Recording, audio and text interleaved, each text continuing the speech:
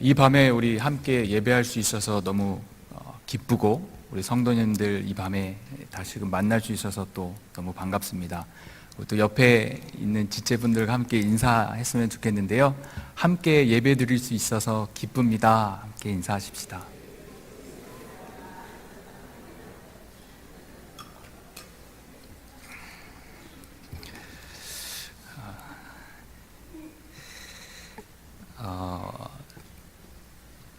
저희 어머니는 종갓집 대가족이 모여 살던 집에서 수십 명이 먹을 밥을 짓고 음식을 하며 크셨습니다. 그래서 그런지는 모르지만 손이 굉장히 크시고 그릇을 모으는 것을 좋아하십니다. 지금은 자녀들이 다 출가하고 두 분, 네 분만 살고 계시지만 어머니 집에는 좋게 50명도 사용하고 남을 만큼의 다양한 그릇들이 있습니다. 오늘 우리가 살펴본 본문에서도 여러 그릇들이 등장합니다.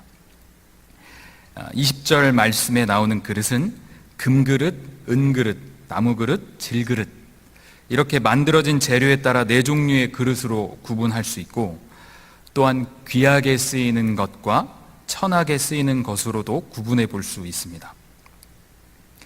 그럼 이 그릇들이 어디에 있는가 하니 큰 집에 있다고 말합니다. 여기서 큰 집이란 하나님의 교회, 하나님의 집, 우리 눈에 보이는 교회를 말함이 틀림없습니다. 또한 귀하게 쓰는 그릇과 천하게 쓰는 그릇이란 여러 가지 해석이 있지만 좋은 일꾼과 나쁜 일꾼을 이야기합니다.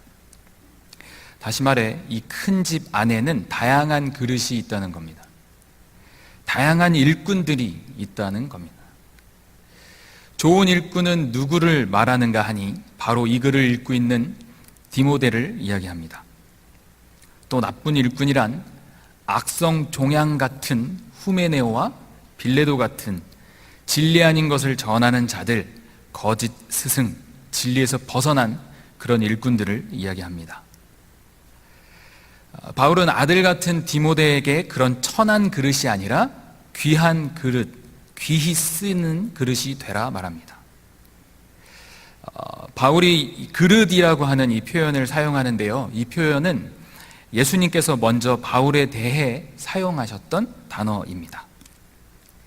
바울이 사울이었던 시절에 주를 믿는 자들을 결박하기 위해서 다메섹에 다다랐을 때 예수님께서 갑자기 나타나셔서 그의 눈을 멀고 말을 하지 못하게 하셨습니다. 그리고는 그 시각에 다른 지역에 있던 아나니아에게 환상 가운데 나타나셔서 사울이라고 하는 자를 찾아가서 안수하라 라고 하셨습니다. 그러자 아나니아가 사도행전 9장 13절 14절에 예수님께 이렇게 대답합니다. 아나니아가 대답하되 주여, 이 사람에 대하여 내가 여러 사람에게 듣사온 즉 그가 예루살렘에서 주의 성도에게 적지 않은 해를 끼쳤다 하더니 여기서도 주의 이름을 부르는 모든 사람을 결박할 권한을 대제사장들에게서 받았나이다 하거늘. 예수님, 이 사람이요 내가 소문 들어서 알고 있는데 우리에게 해가 되는 사람입니다. 지금도 우리 믿는 자들을 잡으려고 온 거예요 하면서 약간의 고자질조로 예수님께 이렇게 이야기하는데요, 그런 그에게 예수님께서 이렇게 말씀하십니다. 주께서 이르시되 가라. 이 사람은 내 이름을 이방인과 임금들과 이스라엘 자손들에게 전하기 위하여 택한 나의 그릇이라. 내가 선택한 그릇이야. 내가 쓰는 그릇이야. 내가 쓸 거야 하시는 겁니다. 지금까지의 사울의 삶을 살펴보면 스데반 집사의 순교에도 어느 정도 가담한 것 같고, 또 교회를 박해하는 일에 믿는 자들을 결박하여 옥에 가두고 넘기는 일에 충성되이 살았던 아주 질이 나쁜 인생이었습니다. 우리는 이런 인생을 천한 그릇, 나쁜 일꾼이라 말할 수 있을 겁니다. 그런 그릇을 예수님께서 선택하셔 쓰신다 하시면 바울은 귀한 그릇, 좋은 일꾼이 될 수밖에 없는 겁니다. 우리는 결론을 다 알고 있어서 조금 감동이 덜하기는 하지만 그렇게 악한 인생을 살던 사울이 신약 성경의 절반가량을 쓰고 또 이방인 전도의 사도로 멋지게 쓰임받은 바울이 되었다. 이 사실은 우리에게 감동을 줄 수 있습니다. 성경에서 한 부분 더 예수님께서 쓰시는 도구 하나만 더 살펴보면, 우리 예수님께서 십자가에 달리시기 전 며칠을 남겨두시고 예루살렘에 입성하셨습니다. 마가복음 11장 6절에서 10절 말씀을 통해서 예수님께서 나귀를 타고 예루살렘에 들어오시는 장면을 볼 수 있습니다. 수많은 사람들이 자기들의 겉옷을 길가에 펴고 다른 이들은 또 나뭇가지를 베어다가 길에 펴고 호산나 호산나 다윗의 자손이여 찬송하리로다, 주의 이름으로 오시는 이여 가장 높은 곳에서 호산나 하더라 하며 우리 예수님을 맞이하는 장면입니다. 예수님께서 예루살렘에 들어서실 때 온 성이 소동하여 떠들썩하게 입장하고 계십니다. 지금 우리 예수님은 그동안의 수많은 기적과 이적을 베풀고도 그들에게 자신을 드러내는 일을 하지 않으셨고, 이 일을 누구에게도 말하지 말아라 그 입단속도 시키셨고, 자신을 전혀 드러내놓지 않으셨지만, 지금 이 예루살렘에 입성하시는 장면에서는 너무도 떠들썩하게 자신을 드러내시며 입장을 하고 계십니다. 이는 이제 예수 그리스도가 모든 인류의 죄를 구원하실 메시아이심을 선포하는 장면이라 할 수 있겠습니다. 그런데 왕이신 그리스도께서, 이제 메시아임을 선포하시는 그리스도께서 타시고 들어가는 것이 무엇입니까? 바로 나귀 새끼입니다. 그런데 하필 이 중요한 장면에 위험 있는 마차나 명마를 타고 입성하시는 것이 아니라 새끼 나귀를 타고 입성하시는 이 초라함은 무슨 의미일까요? 이것은 구약의 말씀이 예수님으로부터 성취되는 아주 중요한 장면임을 우리가 알 수 있습니다. 스가랴서 9장 9절 말씀에 시온에 따라 크게 기뻐할지어다, 예루살렘에 따라 즐거이 부를지어다, 보라 내 왕이 내게 임하시나니 그는 공의로우시며 구원을 베푸시며 겸손하여서 나귀를 타시나니 나귀의 작은 것 곧 나귀 새끼니라. 겸손하여서라는 것에 우리가 주목을 할 수 있겠는데요, 바로 예수 그리스도의 겸손함이 나귀를 통해 드러나고 있음 알 수 있습니다. 그리고 예수님께서는 이 나귀를 끌고 오는 방식 또한 독특하신데요, 제자들을 보내서 맞은편 마을로 가라, 그러면 그곳에 나무에 나귀가 묶여 있을 것이다, 그러면 그 나귀를 가져와라, 데려와라, 누가 묻거든 주가 쓰시겠다 하라 라고 말하라고 합니다. 제자들이 그 말씀하신 곳에 가니 진짜로 나귀가 묶여 있고, 또 그 나귀를 가져가려 하자 마치 짠 듯이 또한 그들이 묻습니다. 나귀는 풀어가서 어디에 쓰시려고 하십니까? 하니 제자들이 주가 쓰시겠다 말하니 그들이 순순히 그 나귀 가져가는 것을 허락합니다. 제가 볼 때 지금 이 나귀 새끼는 너무 빈약해 보입니다. 마가복음 11장 2절 말씀에 이르시되 너희는 맞은편 마을로 가라, 그리로 들어가면 곧 아직 아무도 타보지 않은 나귀 새끼가 매어 있는 것을 보리니 풀어 끌고 오라. 등에 어떤 것도 태워본 적이 없는 터라 성인 남성이신 예수님을 태우고 제대로나 걸을지 의문입니다. 그리고 아직 새끼라고 하니 그 무게를 잘 감당할지도 또한 의문입니다. 하지만 이 나귀는 지금 주님께서 쓰시겠다고 하십니다. 이런 여리고 경험 없는 나귀, 초라하고 빈약해 보이기 그지없는 이 나귀가 주님께서 쓰시겠다고 하면, 주님께서 택하셨다고 하면 예수님께서 떳떳하고 당당하게 왕으로 예루살렘에 들어서는데 주님의 의전 차량이 되는 겁니다. 귀 쓰임받는 주님의 도구가 되는 겁니다. 이 나귀 말씀을 또 잠시 두고 오늘 본문으로 돌아와 보면, 주님께서 택한 그릇으로 바울은 귀히 쓰임을 받았습니다. 그리고는 아들 디모데에게도 그렇게 쓰임받도록 격려하고 사랑으로 권면하고 있습니다. 그렇게 귀히 쓰는 그릇이 되기 위해서는 21절 말씀에 이런 것에서 자기를 깨끗하게 해야 한다라고 말합니다. 여기 나오는 이런 것이란 앞절의 마지막 부분에 쓰여 있는 천하게 쓰는 것, 그것을 의미합니다. 그렇다면 천하게 쓰이는 것, 나쁜 일꾼들, 대표하고 있는 후메네오와 빌레데 같은 사람과 절교하라는 말일까요? 아니면 그런 그들과 함께 말도 섞지 말라는 말씀이실까요? 그런 유치한 말씀이 전혀 아니라 그들이 가진 악함과 오류를 우리 안에 두지 못하게 하라는 겁니다. 우리 안에 그들이 가진 것과 같은 본질적인 악을 제거하라는 말씀입니다.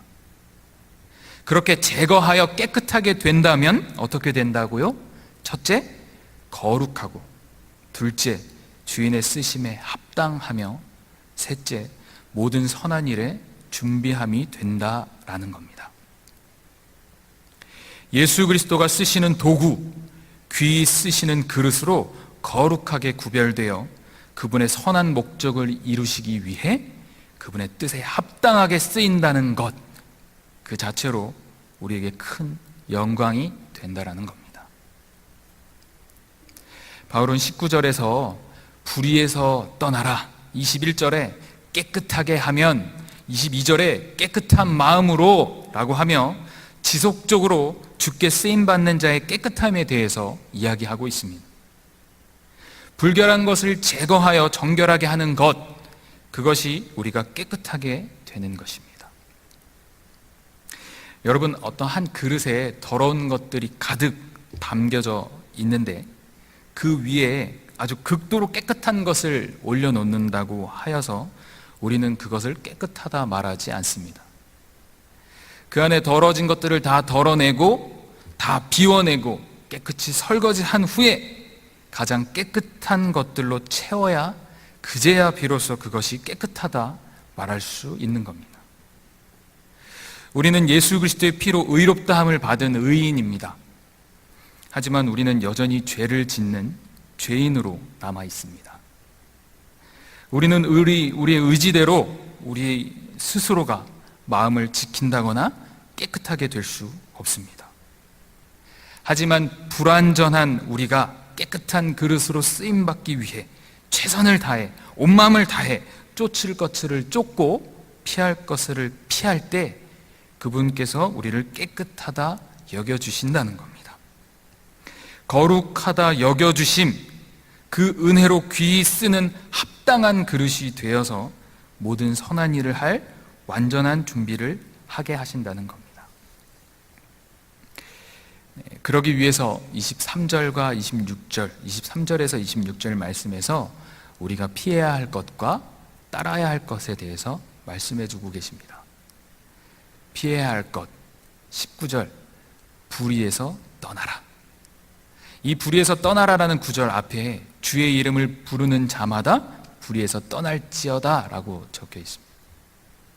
주의 이름을 부르는 자, 곧 신앙을 고백하는 신자들은 후메네오와 빌레데오 같은 거짓 진리를 전하는 자, 하나님의 거룩한 교회를 해하려는 그 어떤 것에서부터 떠나야 합니다. 그리고 22절에 청년의 정욕을 피하라라고 이야기합니다. 이것은 성적인 부분만을 의미하는 것이 아니라 나의 것만 주장하는, 그리고 여러 고집과 오만과 혈기 등등 젊은 시절의 변덕스러움과 충동심을 의미합니다. 우리가 흔히 말하는 내가 10년만 젊었어도, 내가 한창 때, 내가 젊었을 때 하면서 지나고 나서 생각해 보면 그 젊은 시절에 철없던 그 행동들, 그 충동심들, 그 모든 것들을 다 버리고 주를 깨끗한 마음으로 부르짖는 자들과 함께 의와 믿음과 사랑과 화평을 따르라는 겁니다. 사랑하는 성도 여러분들, 여러분 곁에서 함께 신앙생활 하시는 동역자분들의 존재의 이유는 함께 의와 믿음과 사랑과 화평을 따르고 이루어내기 위함입니다. 그 다른 지체와 어리석은 변론을 하고 다툼을 하고 불의를 행하기 위함이 아니라 함께 의와 믿음과 사랑과 화평을 따를 때 그것을 통해 그 모습을 통해서 어떤 영혼에게 회개함을 주사 진리를 알게 되는 기적이 일어나기 때문입니다. 디모데후서 2장 26절 말씀에 그들로 깨어 마귀의 올무에서 벗어나 하나님께 사로잡힌 바 되어 그 뜻을 따르게 하실까 함이라. 우리가 다투지 아니하며 모든 사람에 대하여 온유하며 가르치기를 잘하며 참는 모든 행동이 주의 종에게 마땅하다고 말씀하십니다. 그리고 그것이 그 모습을 상대한 어떤 이들로 하여금 마귀의 올무에서 벗어나 하나님께 사로잡힌 바 되는 기적을 보게 해주신다는 겁니다. 그것이 우리 믿는 자들의 궁극적으로 이루어 나갈 복음 전파의 사역에 하나님 나라를 전함에 꼭 맞는 정결한 모습임을 잊지 않으셨으면 좋겠습니다. 말씀을 맺겠습니다. 바울은 디모데에게 주의 인정받는 일꾼이 되기 위한 자세에 대해서 일러주고 있습니다. 인정받는 복음 사역자가 되기 위한 자세를 말씀해주고 있는 겁니다. 제가 그제 목사 고시 시험을 봤습니다. 그리고 목사 안수를 한 달여 앞두고 있는 이 시점에 이 귀한 말씀을 하나님께서 제게 주시고 저를 되돌아볼 수 있는 시간을 주셨습니다. 강도사 인허 받을 때까지는 그런 마음이 많이 들진 않았는데 목사 안수를 앞두고는 과연 내가 자격이 있는 자인가? 과연 내가 주님 아버지의 말씀을 올곧게 전할 수 있는 그런 자인가 하는 물음을 주 앞에 올려봤습니다. 그리고는 제 살아온 인생을 돌아볼 때 주님께서 가장 좋은 것으로 채워주셨지만 더 좋은 것 달라고 왜 이것밖에 안 주시냐고 불평하였던 제 모습들을 또한 깨닫게 되었습니다. 아무것도 할 줄도 모르면서 교만하고 아무것도 가진 것도 없으면서 자만하였던 그렇게 악한 모습에 휩싸였던 저를 주 앞에 내려놓고 주님, 제가 할 줄 아는 거 없고 가진 거 없지만 주를 위해 깨끗한 그릇 되어서 주 앞에 정결한 모습으로 서고 싶습니다 하는 고백을 올려드렸을 때 제 마음 가운데 평안함을 주셨고, 그래 상원아, 너가 하는 거 아니고 너가 할 수 있는 것 또한 아니다, 나만 바라보고 나만 신뢰하여라 하는 정말 든든한 말씀을 주셨습니다. 폭풍까지도 다스리시는 주의 영원하신 팔을 의지하여서 앞으로 주님 앞에 부끄럽지 않은 일꾼이 되고자 고백하였습니다. 사랑하는 성도 여러분들, 주님 앞에 여러분들 한번 되돌아보셨으면 좋겠습니다. 주님, 내가 과연 깨끗한 그릇입니까? 내가 과연 주님께서 귀히 쓰실 만한, 자주 들어 사용하실 만한 그런 도구가 맞습니까? 오늘 하나님께서 우리에게는 이런 말씀을 해주십니다. 그 그릇의 재료와 모양 상관없다. 그 그릇이 깨끗한 그릇이라면 주님께서 귀히 써주신다 하십니다. 주께서 쓰시겠다고 하면 극악무도한 사울이 바울이 되는 기적을 볼 수 있고, 주가 쓰시겠다고 하면 보잘것없는 새끼 나귀도 예수 그리스도의 왕의 행차에 귀히 쓰시는 도구가 되는 것이며, 보잘것없고 초라한 우리지만, 매일같이 실수하고 넘어지는 죄인인 우리지만 주님께서 쓰시겠다고 하면 주님 나도 깨끗해져서 주께 쓰임받고 싶어요 하는 이 마음의 고백과 함께 주께서 귀히 써주신다는 겁니다. 크고 화려한 금으로 된 그릇 아니더라도 낡고 초라한 나무 종지 그릇이라도 깨끗함을 입어 주님께 귀히 사용받을 수만 있다면 우리는 그것으로 충분하다는 겁니다. 그렇게 모든 선한 일에 준비되어 그 그릇 안에 예수 그리스도를 가득 담아 주님 모르는 세상 앞에 어두컴컴한 암흑 한가운데서 그들에게 주님을 외치고 그들 모두를 빛이신 주님께로 돌이키게 하는 것, 마귀 올무에 잡힌 자들이 하나님께 사로잡힌 자 되는 그 뜻을 따르게 된다면 그것이 귀히 쓰임 받는 것이고 그것이 우리의 사명이고 우리의 영광인 줄을 기억하셨으면 좋겠습니다. 찬송가 422장에 거룩하게 하소서라는 찬송이 있습니다. 박윤선 목사님께서 작사하신 곡인데요, 이 찬송 1절 가사 뒷부분에 이런 가사가 있습니다. 쓰심에 합당한 깨끗한 그릇으로 쓰임받게 하소서 하나님 나라 위에. 하나님 나라 위에 깨끗한 그릇으로 쓰임받는 저와 여러분이 다 되시기를 주님의 이름으로 축복합니다. 아멘. 함께 기도하시겠습니다. 사랑의 하나님, 감사합니다. 부족한 주님의 종을 세우셔서 주님의 말씀을 전할 수 있게 하심에 감사합니다.